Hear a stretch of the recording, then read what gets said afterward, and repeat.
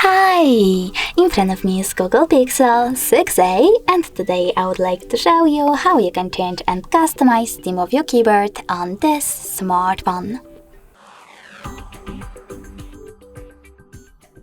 Firstly, you need to access Devices Settings and scroll all the way down. Then tap on System, select Languages and Input, On-Screen Keyboard and Gboard. From here, you need to tap on Theme and scroll down. Then choose Show More over here to see all available options. And when you're ready, click on the best one for you.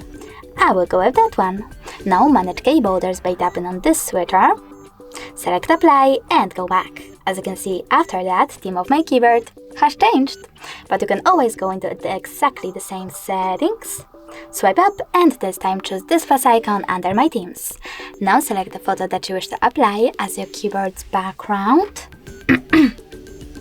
Pinch it to scale and drag it to move. When you're ready, tap on Next and adjust brightness by swiping left or right. Then choose Done, manage keyboarders, and finally select Apply. As you can see, after that, theme of my keyboard was successfully customized with an image. Thanks so much for watching. If you enjoyed this video, don't forget to leave a like, comment and subscribe. Bye!